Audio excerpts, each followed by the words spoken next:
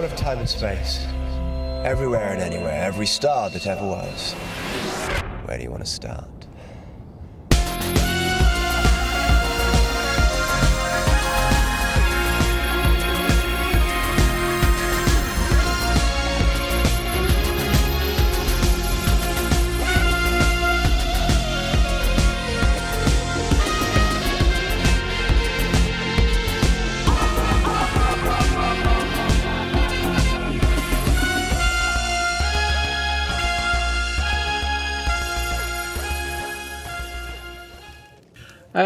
Right, what can I get you? They've got craft beer, they've got terrible lager, they've got shots, they've got crisps. Well, we set the coordinates for the summer of '76 because we figured we'd try and go somewhere a little bit cooler because this heat is getting a bit much now. I thought you said the summer of '69. You can't get cooler than Bryan Adams. Oh well. Well, in that case, I think I'll have a pint of woodpecker cider, please. Good lordy. All right, I'll just pop over here and procure that. I'll be right back. All right. While he's at the bar, welcome to our Season 5 retrospective. When Ian comes back, I shall be grilling him as to where he thinks each story came. See if I can just bring these back over here. How are you doing? Right, there we go. 1 point for you. Thank you very much. 1 for me.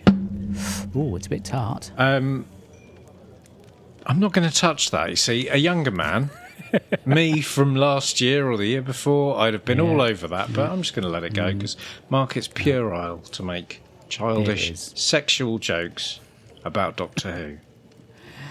Yeah. Still, that doesn't really leave us much, does it? So we better crack on. That really is our shtick, really. Anyway, yes, Season 5. Season 5. Before we do our rundown, any sort of thoughts of your experience of Season 5? So it's a very interesting thing. Looking back on it now, with the benefit of hindsight, I loved it. At the time, it felt, I want to say, underwhelming, but I think that's all to do with kind of framing your perceptions and your preconceptions and going into it. The difficulty for us is to go into these things without the kind of 60 years of fan wisdom that's been accreting around these stories. We know it's going to be the monster season, and we know that there's going to be that sort of general repetition, bar the odd exception. So, I mean, I think we were probably, I don't know, do you think we were lucky to go into it knowing what we were getting? Because if you'd been watching it at the time, you would have been, I think, increasingly discombobulated by it. Haven't I just watched this? This feels very...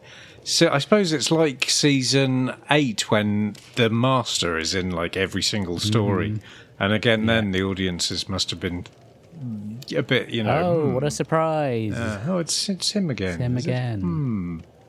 It used to be a lot more exciting. It's like getting a packet of Jelly Babies or wine gums that's only got one flavour. You want the red and you want the black, but you want the green. And sometimes you want the yellow one. This is all greens. Now you just made me want some Jelly Babies. Yeah, I know. Well, I'm sitting here with a family-sized tub of wine gums. Oh. Because it's that kind of hostelry. If you ask me very nicely, I will give you one wine gum. Ooh. At the end of the show. Okay. All right. Well, let's see how this goes. You might feel differently about that. What do you think came bottom of the pack from season 5? Well now, let me mentally run through the stories. So we started with Tomb of the Cybermen, then we had the Abominable Snowmen, then we had the Ice Warriors. Ooh, they were big and green and spiky, weren't they? Then we had the Enemy of the World, Web of Fear, Fury from the Deep, and A Wheel in Space. You're asking me to go out on a limb and try and intuit which of these fine stories might have been slightly less good than it was the Ice Warriors, wasn't it? No, I was just about to say you're not really going to have to call on your memory reserve very much, because we really panned the Wheel in Space. I'm so sorry, Wheel in Space fans. I can't even remember yes. that, and that was like the last episode we did as the crow flies, as twere. Yes. It seems like only 5 minutes ago. It does, doesn't it? Or possibly Well, sometime for that last year. For that episode, we welcomed the wonderful Dylan Reese in Doctor Who Too Hot for TV. Oh, yes. The award-winning Dylan Reese. Sorry. Yes, the sorry, I Emmy should rephrase that. award-winning. The Emmy award-winning Dylan Reese. Reese. Yeah. Hi, Dylan. So, yes, Dylan gave this story 4 out of 10. You, young man, gave it 3 out of 10. Jeez, that's really low. and I gave it 4. So that left us with an average of 3.6. Wow. So, Yeah. right. Okay, so that's like probably the worst score we've ever given to anything since the Celestial Toymaker. Yeah, I was going to say Celestial Toymaker. Surely that must have been lower. So, fill me in. Remind me, if you will, what was so bad about the Wheel in Space? Well, it did seem a little bit plodding. And I don't know if we just had enough of the base under siege after 6 previous iterations of that particular style of storytelling. Maybe we'd just grown a bit tired of it. Yeah, it was just... It's a shame because it's got some good elements. I mean, you've got Wendy Padbury joining for starters. Yeah. What's not to love about that? Yeah, she's very So lively. she's great. Yeah. And you've got the Cybermen. You know, I'm a Cybermen fan. It's not their best outing, has to be said. At the same time, it's not Silver Nemesis either. No. So, you know. I mean, there were some cool visuals. The whole thing with the sort of the Cyberman hatching out of the egg, that was very psychedelic in 1960s. It was experimental, wasn't it? They were trying Yeah. to be different and new and exciting. Yeah. And there was that Asian gentleman who was doing the rather impressive dance routine with the Cybermat. That was rather fun. Yes. Yes. Yeah, it's starting to come back to me, but and this is probably, as damning as anything we could have said on the episode, but it's gone. I don't remember a thing about it. Yeah. You had probably the most mentally damaged base under siege recalcitrant base manager. He was really losing it. He just seemed to have a massive mental breakdown as the story went on. It's a shame. They always seem to pick very fragile mental people. Mental people is the wrong way of saying it. Mentally fragile people to run these very high pressure environments, and I think that's bad HR. Yes, somebody dropped the ball there in the hiring process. I think so. Yeah. So, it seemed like a bit of a damp squib to finish off the season, which is a bit of a shame. But it's not the first time they've done that, and it won't be the last. Possibly not. No. Until the glory of the Horns of Nyman, obviously. That's an absolute 10 out of 10 classic. Sorry, what's this tumbleweed that's rolling through the centre of the saloon area? It's not for everyone. Only for people with impeccable taste. Absolutely. Okay. So unless there's anything else you wanted to say about the Wheel in Space, shall we move on? I think we should. I've got nothing. And it's rather embarrassing at this point, but there you go. Now, I think it's fair to say that the next one is fairly obvious as well, remembering how we voted. So what do you think came next in our... Literally, I've got a list of all the stories, and by the Ice Warriors, it says this one was quite boring, and I've got nothing else for the rest of them. So you're basically going to give me the Ice Warriors every time until we get to it. So I'm gonna go out on a limb and say, is this one the Ice Warriors? It is the Ice Warriors. Well done. Hooray! Look at me! I got a point. I'm going to have a wine gum for that. Yeah, give this boy a bag of pork scratchings. So we had Dr. Matt Barber on for this one. It was fairly universally meh. Matt gave it 5 out of 10. You gave it 5 out of 10. I gave it 5 out of 10. Do you want to hazard a guess as to what the average score was? 5 out of 10. 5 out of 10 divided by 5 out of 3 multiplied by the cosine of the hypotenuse refracted over the distillation membrane of the... Was it 5? It was 5. Oh, I've still got it. And even you doing that mental arithmetic was possibly slightly more entertaining than the Ice Warriors. Well, it was one Sorry, of those... Ice Warriors fans. It was one of those stories that I think each time you see it, it's less good. Like the first time I saw it, it was fine. You know, the bear was quite good. But then... He was very cute. Yeah, but with each subsequent viewing, you realise it's, I think, the thinnest that idea margarine, if you will, is spread over the story bread. I think for me it's on a bit of a hiding to nothing because I remember it very fondly as a Target book. And as is quite often the case, they don't always live up to your imagination. So, yes, it had this massive epic quality at least from my primary school age mind when I was reading it.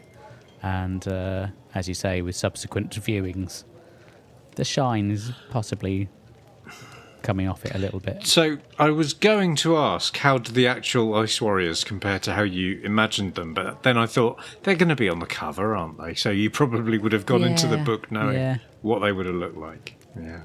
Yeah, it just, I don't know, there's something about reading a story.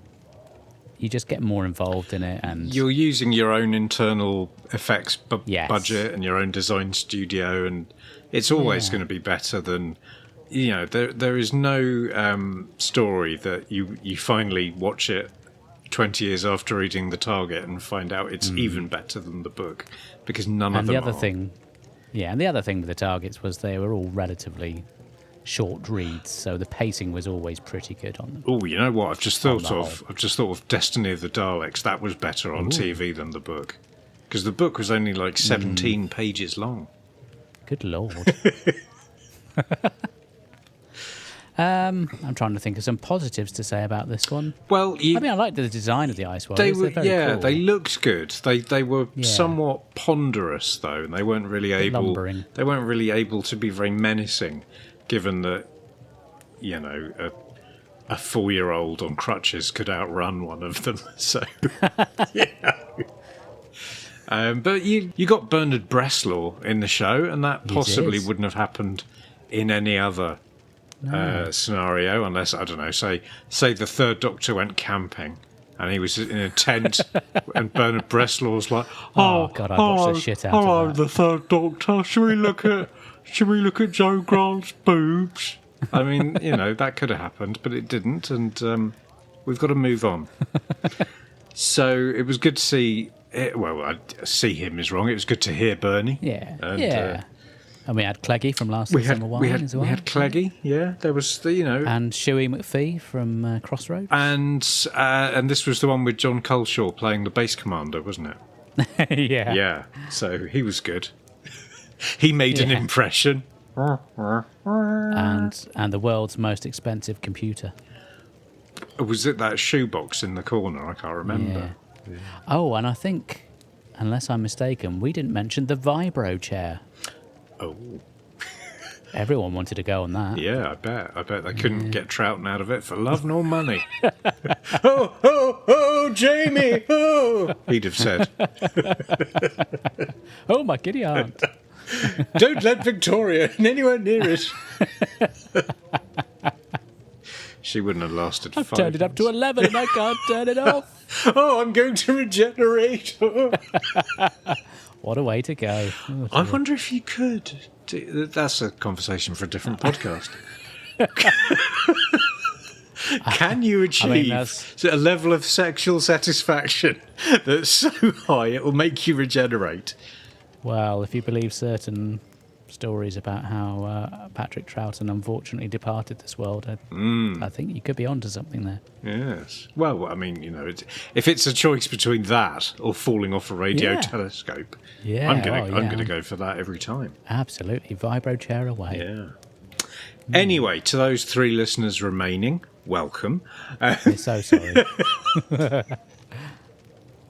Don't worry, we'll be on to season 6 soon. We'll have some really great guests on that. So just, just write this one off as an episode. Yes, And it'll be fine. Don't worry about it's it. there in your feed. You don't have to listen to it. You can listen to the newsagents and then just, swipe across this one. Honestly, you don't come round here blaming us, going, "Oh, you're not as good as you used to be." Go and have a listen to Hamster with a Blunt Yeah, Penknife, listen to Joe. Joe's lovely. Or Who Can Convince You? Oh, Harry. Or Dylan, anyone.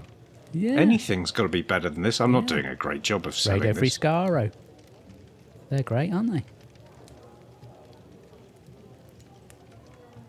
Anyway, moving on. I got absolutely nothing against them. I just couldn't think of anything to say. Anyway, thanks, Chris. We'll come to your story soon enough. Any guesses as to what's next? Gets a bit more tricky now. Yes, it does. We've had 2 really quite poorly performing ones. Now the rest of them, I think, in different do ways, relatively they're all well, very good. We've got Fury, Yeah. we've got Web, we've got Enemy, we've got Abominable, and we've got Of the Cybermen. Yeah. I wonder, therefore, and this is going to surprise you. I'm going to do something a bit unexpected. Brace yourself. I'm going to suggest, could it be the Tomb of the Cybermen? Oh, you dullard. No, it's Fury from the Deep. Oh, that's not fair. I mean, the scores do get very close together now. It's like it's a quality sandwich. It's like a really nice quality club sandwich. Quality sandwich. That's the sort of thing I'd have had when I was 7. And it would have been like 2 slices of white bread with a selection of Cadbury's roses in the middle. Oh. Surely Quality Street. It's a quality sandwich. Well, I mean, yeah, whatever. They're both good. Yeah. Anyway, we are digressing somewhat. Fury from the Deep. We had Richard with us from Something Who. Another great podcast. Yeah. Now, Richard gave this story 8 out of 10. Mm-hmm. You gave this story 8 out of 10. Mm-hmm. I gave this story 8 out of 10. I'm starting to sound like Steve Coogan. In 1975, no one died. Nobody died. In 1976, 1981, no one died. Nobody died. In 1985, I mean, I could go on. So, just to save you from the mathematical gymnastics that you might have to do, yes. That's an average of 8. Yes, that's 8 out broadly of 10. broadly what I had. Yes. Yeah. It's interesting that we're all marking them exactly the same. Is it? Have we got more lazy as we've gone on, or are we just always in agreement with people now? I think there's a bit of that, and also a bit of having quality guests who can talk us round if we're not quite sure about an episode. Yeah, no, that's true. I was on a podcast the other night, and I couldn't. No. I didn't know if I was going to give something a 6 or a 5. Oh. And I was talked into giving it a 6 in the end, but nothing to do with me. I was a passenger in that conversation. Oh. Yeah. Just so.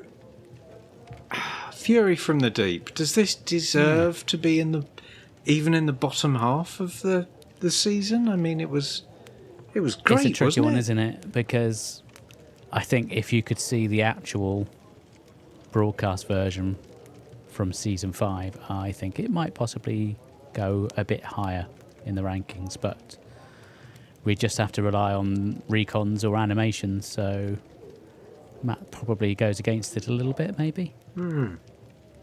I mean, the villains were, proper iconic as such. Oh, yeah. Sunak and Reese Mogg or whatever they were called. Yeah, that's the ones. Yeah. Yeah. So it's a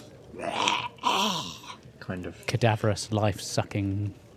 Yes, I just tried to yeah. mime a cadaverous, life-sucking vampire, listeners, and believe me, it doesn't work on audio, but it was really good. It was really good. I did dislocate my pelvis. Such was the intensity with which I did the impression. But it was so the end was confusing because I think I thought it was a 5-parter, so I wasn't expecting part 6. So I was very confused by the end of part 5 and thought, well, that's really rather inconclusive. And you had you had the foam machine, and you had sort of the was it a possessed woman walking into the sea or something? That's right. There was a lot of quite really good stuff, and this, and I don't say this a lot, and I don't mean it very often, but this is one I'd go back and watch again. Yeah, you know, there's a lot in this one. Yeah, it's a good one for Victoria as well because it's her final. That's story. right, and she gets a bit more. She gets agency in this. A really good send off, didn't she? It was the first time they'd really sat down and thought, right, let's say goodbye in a nice, thoughtful way, rather than just, well, you marry Andred and fuck off out of it. Which, you know, I mean, it was slightly undercut by the fact that she defeated the alien by screaming at it. But. Which one could argue was pretty much her entire character. I hear you, and on some levels that is a bit, you know, route one. But is it not a postmodern comment on her contribution to the show as a whole? And at the 11th hour, they let her make a virtue out of her primary skill. Yeah. No, it was good. And like you say, they'd actually put some thought into her leaving story. Yeah. And doesn't happen. The way that didn't happen before, doesn't happen since. No. But I like the way that it felt like the story was all wrapped up, but then you still had that time spent where you really felt like you were seeing the end of her story. So it all kind of, it felt quite a natural ending rather than the usual, like you say, it's quite often it's rushed and they're like, sorry, I'm staying, like, oh okay then, and then they're gone. Whereas with this, they stay behind and they have a meal with a family and they say their goodbyes, and it's quite touching, wasn't it? It's much preferable, isn't it? Because if you buy into these people travelling with the Doctor and him having this kind of duty of care, and he obviously does care because he's always so at the end of part 3 when the companion's life is threatened and there's a crash zoom on the Doctor's panicking face. He does care, but the kind of emotionless kind of you know, almost spectrumy lack of eye contact even when they say goodbye. It makes you think the Doctor's a bit of a weirdo. So it's good to see him, for once, demonstrate. I mean, they some do actual... explain it later, much later, when he talks about, you know, you can spend the rest of your life with me, but I can't spend the rest of my life with you. So he's obviously... It must be hard to get attached to someone who's effectively like a mayfly to you, and, you know, they're just gone in no time at all. I suppose so. Now, we have 2 stories in joint third place. Oh, wow. I know, shut the front door. Oh, that's going to make a mockery of my attempts at divination. It really is. I mean, that's... have we not had that so far? A mockery of your attempts? You can't have a wine gum now. I'm pretty sure one of them's going to be Tomb of the Cybermen. You are correct in that assumption. And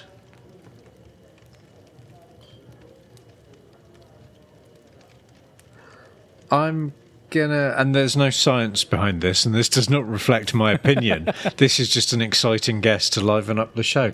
He's got all of the names of the stories on a dartboard, and he's literally going to close his eyes and throw a dart. I'm gonna just for like 5 seconds of excitement and jeopardy, I'm gonna say, could it be the Web of Fear?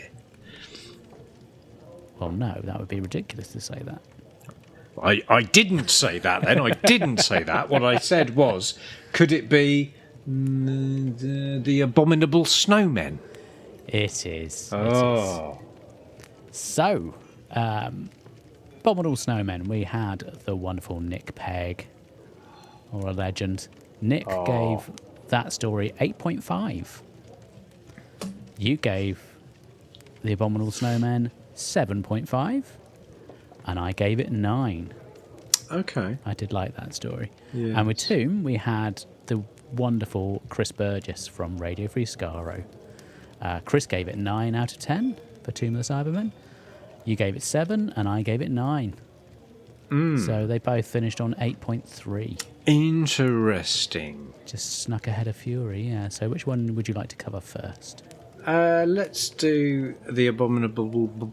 The Abominable... John Pertwee couldn't have been in this one for obvious reasons. The story set in Tibet. Excuse me, madam, which year is it? Which is this, and why is that snowman so abominable? I bloody love this story. I think it's fantastic. It's just absolutely full of atmosphere. I think the lack of any kind of music in the soundtrack just heightens the sort of level of menace. You've got the beautiful footage that was shot in Snowdonia. Yeah, people all say, "Oh, there wasn't any snow." That doesn't bother me. I think it looks amazing, especially that Blu-ray transfer. They've really done a great job with that, and the sets, when you consider they were on a tiny little stage in Lime Grove, look absolutely stunning. I would agree with you. I think it was bleak, it was remote, and so was the soundtrack. And Yeah. so, the set, it's hard to describe a building as being bleak, but there was a sort of Spartan quality to it that perfectly evoked the nature of life in a monastery. I'm guessing. I've never been to a monastery. That would be ridiculous. But it was nice to have an adventure that wasn't set in the southeast of the UK. It kind of feels like the first time since Marco Polo that we've gone somewhere on Earth that isn't, within the M25. So that was really good. And they do that nice thing where there's a reference to the Doctor having been there before, which I quite enjoy. Yep. And was that pretty much the first time they've done that? We've had that in The Rescue, haven't we? Oh, of course. Where he'd been to the planet before. Yeah, but it's still not quite a trope yet. But No, not quite. It's not. Although Nick was very good at pointing out all the firsts of many tropes that would come along later that seem to appear first time around in this story. It's a real gold mine of stuff that will go on to shape and inform the next 60 years of programming. And of course it had the wonderful the abbot who spoke very slowly. Padmasambhava. Padmasambhava. That's another word that John Pertwee probably couldn't say. I've got the sandwiches. Cup of tea, that's a cake, and salad. Oh, you no, laugh. great We'll have to cover him one day. Don't be ridiculous. We'll just skip that. Yeah. It's fine. So what? Go straight on to Tom Baker. Yeah, we'll do that. What? In the sort of pantheon of villains of season 5 or series 5, I've said it before and I'll say it again, but I'm always going to get this wrong. The whole season series dichotomy. Me too. It's 5. Who cares?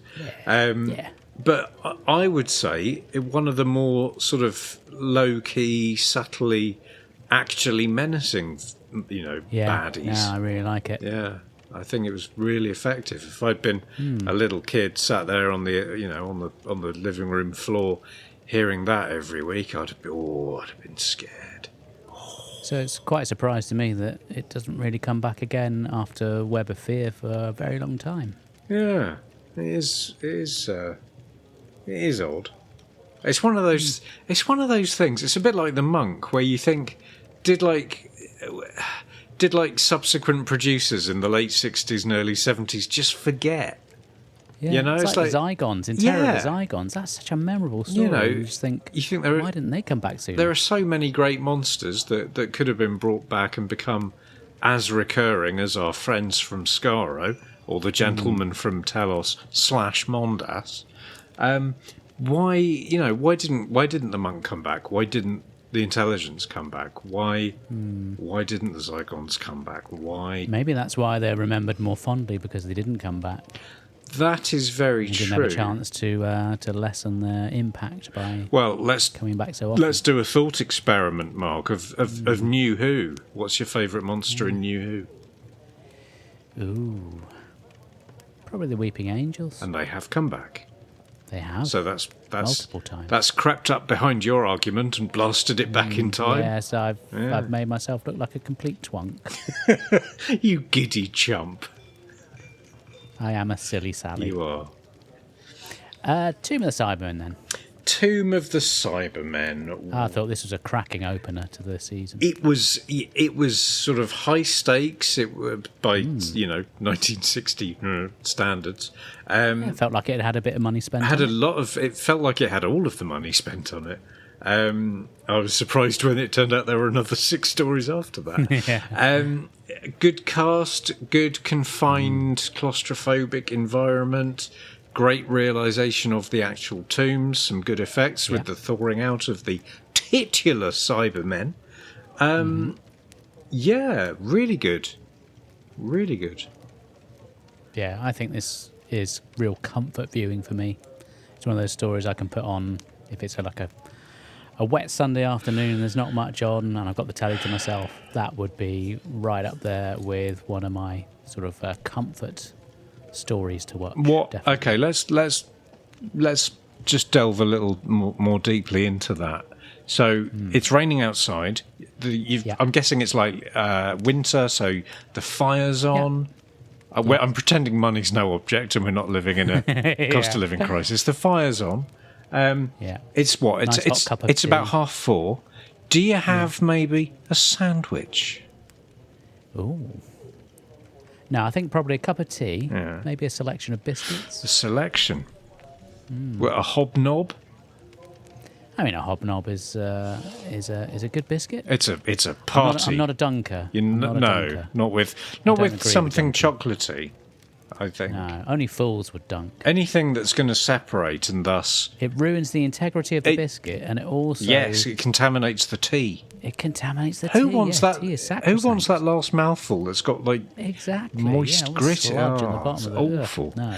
Would there be so with the biscuits? So there aren't going to be any crisps. Well, maybe if you're really pushing the. I mean, boat this out. is your perfect Sunday afternoon comfort experience. So the So I'd have a sky's cup the of limit. tea, maybe some bourbon biscuits. Oh, would you do that thing where you try and bite off all of the top layer and then bite out the bottom layer from underneath the icing, leaving you with a When I was perfect about 7, oval? I would. Yeah. Not so much now in my dotage. You just go for it. You've got to stay engaged with life, Mark. Don't be closing doors you don't have to close. Okay. You can all eat a bourbon in whatever manner you desire. Thanks, Ian, for that life lesson. Hey. I'm going to try and live my best life from now on. Any biscuit advice? Any of our listeners have any biscuit related So do you lifestyle do that thing questions? with a Cadbury's double decker where you chew off the chewy nougat bit on the top and then leave the crunchy biscuit? Orbs. Yeah. I had a spreadsheet on how to eat a trio. That was a very involved operation, let me tell my you. laws. Yeah, I bet. Anyway, I feel as if perhaps I've led you up a bit of a digressionary tangent. Yes, Yeah. we have wandered down a garden path, haven't we? Yeah, Okay, garden well, path unless with you've no got anything- bloody sandwiches. Well, unless you've got anything more to say about Tomb of the Cybermen, would you like to hazard a guess as to what came in second place? Well, we're looking at the Philip Morris duology. There's an obvious favourite, and there's a kind of received wisdom, fan favourite, people's choice kind of favourite. I'm going to suggest that the story in second place technically could somehow, possibly, have been The Web of Fear. You're a giddy fool. By which No, I don't mean it's- to imply in any way that The Web of Fear might have come second, because that would be laughable. Obviously, it was the enemy of the world. World. Yes. Enemy of the World came second. I'm disappointed by that. Oh, you should have marked it higher then, shouldn't you? Well, it's all very well telling me that now. It's all very good in hindsight. No, Yes, we just- had Paul Scoons on for that one, the lovely Paul Scoons. Hello, Paul, if you're listening. Hello, Paul. We had a plethora of scores. Paul gave it 8. I gave it 10. And you gave it 9. But really, I should have given it 10, and then it would have come So one of our conceits is that we've got a TARDIS and we do all of our interviews in the TARDIS. Yeah. And indeed, that's how we travelled here to the Obverse Book. Exactly, yes. To Yeah. enjoy these rather overpriced ales, if I'm being honest. Maybe I could steal the TARDIS, go back to the episode where we talked about this story, give it a higher mark, and thus by the time I come back here, I'll have changed the future, butterfly effect and all, and it'll actually have come in first. What do you reckon? Yeah, I mean, there is some logic to that theory, although you would have to persuade Paul to change his score as well. Oh, would I? Yeah. Because he seemed quite intransigent. He could have been a base commander. He knows his own mind. But he's very firm. He's not going to firm but fair. Absolutely, he's fair, but he's not going to be, persuaded or led astray by, some chancer like me.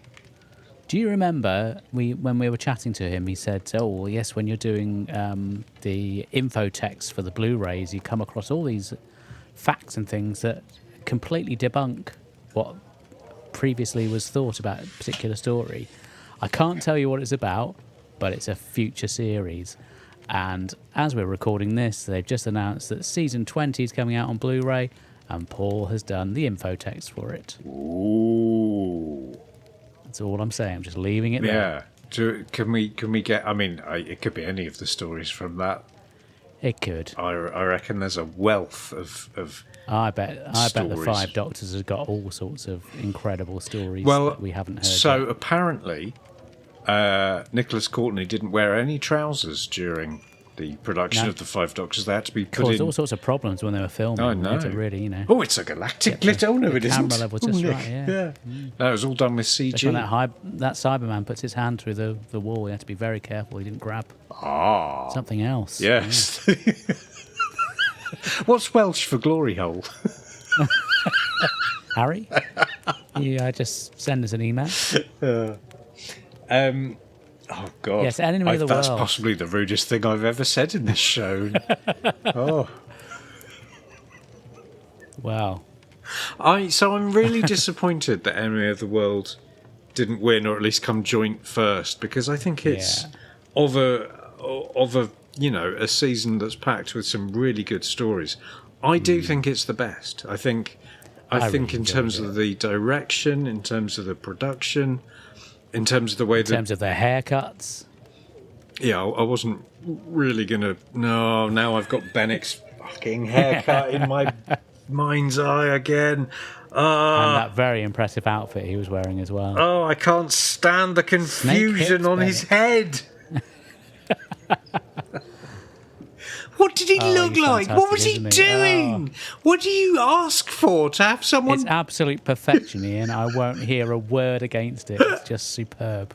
If I took a screenshot of that to my barbers and I said, can you do that? They'd look at it and they'd say, well, no, because I'm not a drunken octopus. I mean, if you went to probably one of those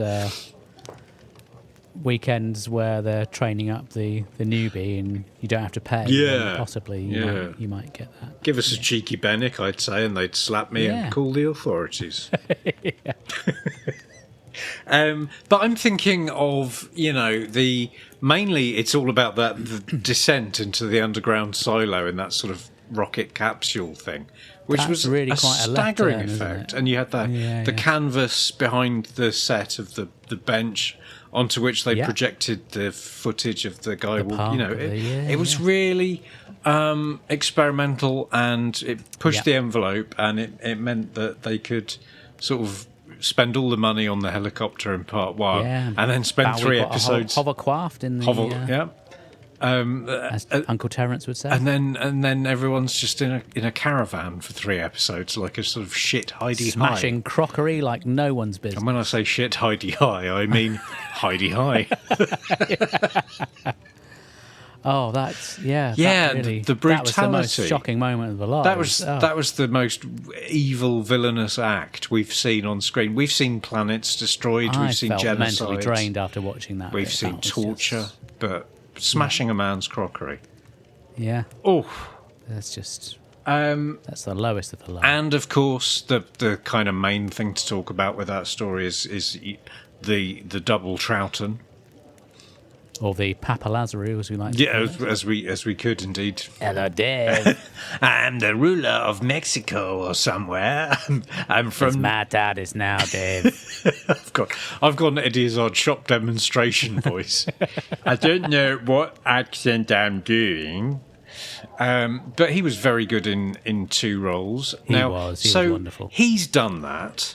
You've been very anti-Troughton in this season, I have to say. I have. More than once, I you've been have. he's getting on my wick. But this was... his doctor. When by this point, when as an actor he's just falling back on the same few stock tropes, one of which is sort of screaming and going oh at the top of his voice. It is really tiresome. But seeing him playing a different character, you are reminded of the guy's range and the just what an amazing actor he was when he, had something different to do. The fact is, he's given the same thing week in, week out. What are you going to do? We saw the same with Matt Smith. Yeah. Yeah. Another fine actor. No, I love this story. I just think it's got all the elements that really make it again, this would be another one that I would happily put on and watch just for fun. Yep. And Faria. Yeah. And for Faria, yes. She's on my spreadsheet. She's just underneath Nathan in Really? loveliness. Yeah. Yeah. Yeah. Well, she didn't have that moustache, did she? But if I can get Nathan in Lustrous that moustache. dress, you Yeah. see where I'm going with this. That would be. Yeah. Can we get him back for Brendan, you might get in that dress. Oh, but, no, that's no challenge at all. He's always turning up in that dress. Can I come in? He says. I'll tell you what. Have you seen his Joe Grant? Is that a euphemism? There's a photo doing the rounds of him as Joe Grant. It's the Spider-Man theme. Yes. The meme where they're sort of pointing at each other. Do. You've got Katie Manning, Yeah. and then on one side of her is Brendan dressed as Joe Grant, and then on the other side is a young lady dressed as Joe Grant. It's quite impressive. That's a lot of Joe Grants. Joe's Grant. How wonderful. What was the actual point we were talking about before we went down this cul-de-sac of our friends dressed up as... The gorgeousness of Oh, Faria. Faria. She was... and the way she was killed off, the way the other one with a very similar name, Astrid Ferrier? Yeah. Ferrier?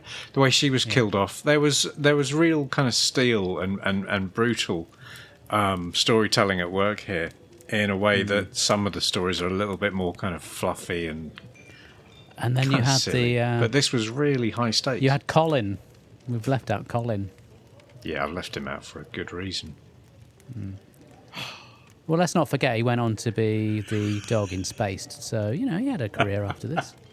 I thought you went on to say... I thought you were going to say he went on to be a lighthouse or something with those big bulging eyes. But why can't I overact terribly at every turn? Why? Dance, Colin, dance! It was extraordinary. really was. He alone is worth the price of admission. Yeah. Although you're watching it for gits and shiggles rather than for the actual drama of the piece. Yeah. But I think it's probably the most enjoyable 6 episodes of Doctor Who, probably up to this point, that have ever been made. It was an absolute cracker. I loved it. Yeah. So that leaves us with one story left. Unless you're really struggling there, I think you should be able to work out what it is. Well, let me just have a look. So, joint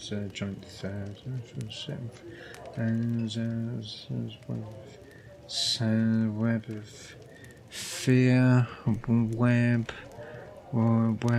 fear. It's the Web of Fear. Was it the Web of Fear? Do you know, was the that Web was of on the Fear. tip of my tongue. So, is this the definitive textbook best Doctor Who story ever that everyone loves from their childhood and it's faultless? Well, I think this is the most season 5 story of Doctor Who. Hence why our wonderful guest Toby Haydoke gave it 10 out of 10. You gave it 10 out of 10. And I gave it 10 out of 10. Which gives an average of 10 out of 10. I mean, that's quite high as an average. Yeah, I think only Dalek's Master Plan has got a higher score.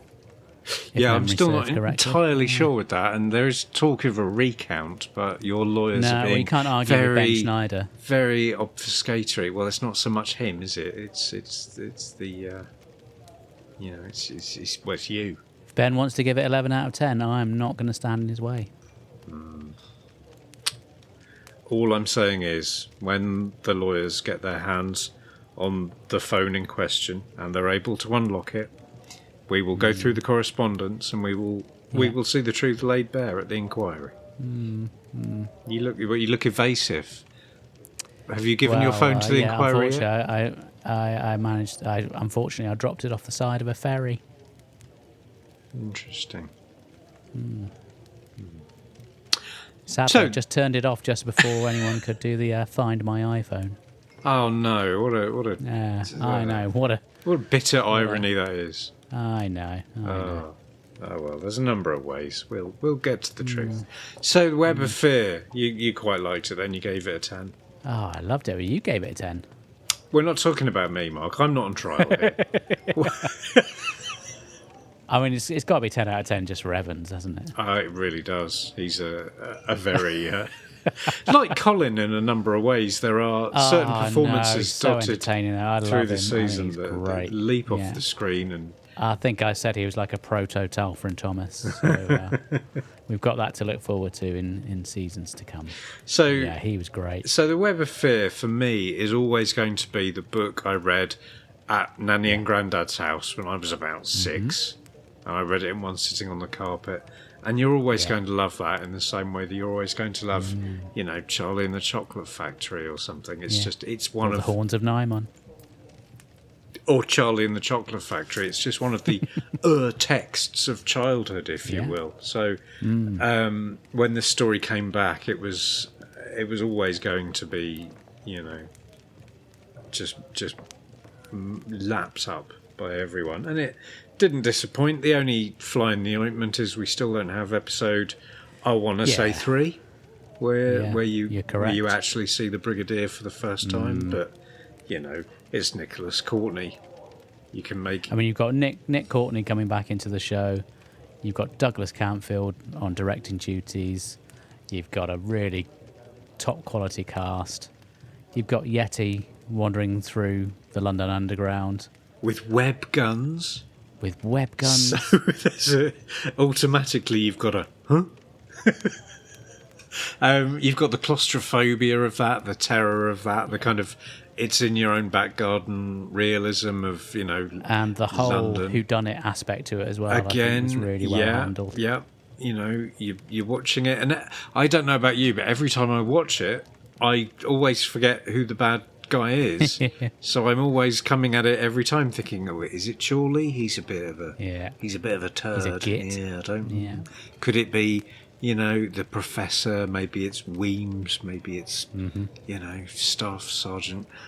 It's just, every time it's a thriller, and you've got that big dramatic set piece in Covent Garden Market. So if you've ever wanted to see some fairly weedy-looking soldiers taking on some drama students dressed up in a sort of sofa outfit to look like a Yeti, fill your boots. Including certain Mr. Levine. Yeah, in one of his more convincing appearances in the show.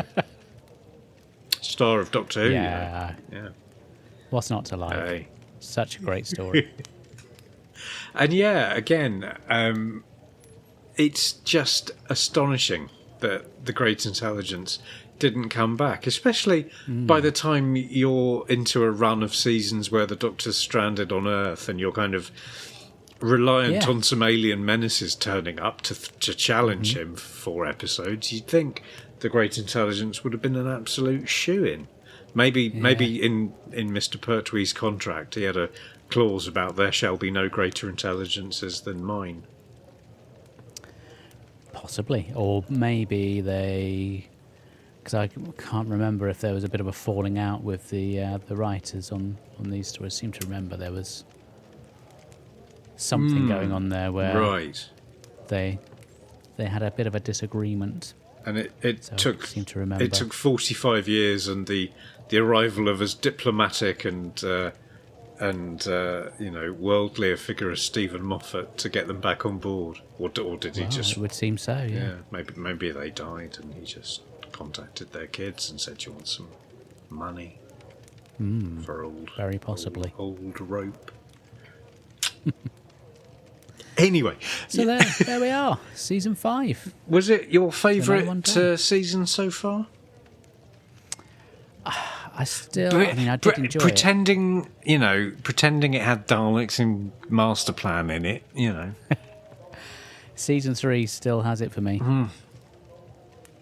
And not just because of Master Plan. I think as a whole season, it's just superb. I still feel like it's too big to, think of in terms of being one discrete unit. It's like the entire Colin Baker and Sylvester McCoy eras in 1 year's worth of telly. That's another reason to love it. Just so much of it. Yeah, no. I mean, I think, as a less of perhaps a scholar of the classic series prior to when I started watching it, I think this season is where the show has kind of settled down and It does feel does like the things that you want the show Doctor to Who do. you grew up Yeah, with, exactly. yeah. It is. Yeah. It's going to go off the rails for a couple of years with the third Yeah. Doctor when they change the format, but this is where it's going to come back to, and this is pretty much what it's going to be from here on in. It's going to be monsters with schemes in unexpected places doing bad shit. Yeah. So do you have any expectations for season 6? Well, season 6, I believe I've seen 3 of the. What are there? 6 stories in season 6? Oh God, now you put me on the spot. I can't remember now. Well, if the last story's 10 weeks long, I'm guessing one earlier one would have fallen through, so more than 6 would be very generous. So I feel like I've seen half of it. I know that half quite well. The other half I don't know at all. But I'm thinking, because I don't remember Patrick Troughton's performance in, for example, the War Games being quite as tiresome as I found it in season 5. So I'm wondering if he gets a little bit either more invested in the material, or just can't even be bothered to do the excited acting. So I know he gets easier to watch. Way, way, way back when we started recording this season, in one of the early stories, I think Nick Pegg was saying how he really enjoys season 5, but he finds the 2 seasons either side of it much more interesting because there's a bit more variety, and I think that's what we're going to get in season 6. That is the word. You've got, you've got things like the Crotons. You've got things like the Space Pirates, which is a kind of Buck Rogers-y kind of thing, and then you've got this massive epic at the end, which is full of the visceral horrors of war, and it's got the security chief, so it's just the best, the best thing ever, and I can't wait to see it. But yeah, the rest of it, I've got no idea what to expect. So yeah, season 4 is a very good comparison. Well, it's going to be the end of an era, so Another one. spoilers. Obviously, Mr. Troughton's going to be bowing out. It's the end of the black and white era. Yeah. We will have our last non-existent story. I'm looking forward to So that. no more recons. Yeah. And I'll only have a very few stories left that I've never seen. I think there's 4 or 5 Pertwees that I haven't seen, and then and then I'll be like a grown up and I'll know what I'm talking about. Well, I mean, To a level. yeah. Yeah. Wow. Well, that's been lovely. Cool. So should we finish these pints, hop in the TARDIS, and then go and crack on with season 6? Well, I think it's my round, so we'll have a swift pint first. and then Yes. All right. We'll crack on. Brilliant. Would you like your one wine gum now? Oh, go on then. What While you're, colour would you like it to be? I'll have a green one, please. It's not going to be a green one. Can I have a black one, please? Your bike, sunshine. Red. It's not going to look. Here is a yellow All right, wine gum. yeah. Just now, don't eat it all at once. Okay, That's got to last you until we get to the colour era. Well, thank you for that. And thank you all for listening and sticking with us. We really appreciate you guys tuning in each time. It's lovely to have you along for the ride. So we will be back. Have we not got soon. an audio from Andy Moore? I don't think so. No. This is the problem with these episodes. They're just filler, and there's no... People only listen for Andy Moore. Well, yeah. Well, he'll be Sorry, back. He'll but be back next time. Yeah. So thanks again for listening. If you've enjoyed the show, please leave us a review, preferably a good one. But they all opinions are catered for. If you, the listener, would like a red or a black wine gum, and you can leave us a 5-star review, then please do so, and I'll get in touch with you. And be sure to check out We're All Stories in the End, which is a rather excellent Doctor Who books podcast. Thank you kindly. Until next time, I was Mark. And I wasn't, and I think that's been to everyone's benefit. If you'd like to get in touch, you can email us at mailbagofrassilon@gmail.com. We're also on Twitter @TimeEndSpacePod, and you can also find us on Facebook. If you want to leave some audio feedback, there is a link in the show notes. You can use your phone or your computer and leave up to 60 seconds of feedback, or if you're listening via the Anchor website, you can click on the message button and leave your audio. We'd love to hear from you. And thank you to Momo Tempo for providing our theme music.